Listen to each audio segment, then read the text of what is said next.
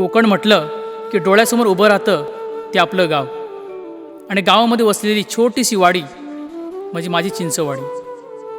जेवढं सांगावं तेवढं कमीच अशी माझी चिंचवाडी. सर्व गुणसंपन्न अशी माझी चिंचवाडी.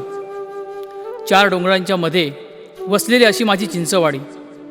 जीवाला जीव देणारी, कुणाच्या पण सुखदुःखात धावून येणारी अशी माझी चिंचवाडी. शिक्षणाच्या बाबतीत अग्रेसर असणारी अशी माझी चिंचवाडी. पूर्ण तालुक्यात मोठ्या थाटामाटात गुढीपाडवा उत्सव साजरा करणारी अशी माझी चिंचवाडी. सुरुवातीचे क्षण नेहमीच संघर्षमय असतात. नवीन काहीतरी सुरू करताना अनेक शंका, भीती असते. वाट कठीण असते. प्रत्येक टाकणारे पाऊल जड भासते.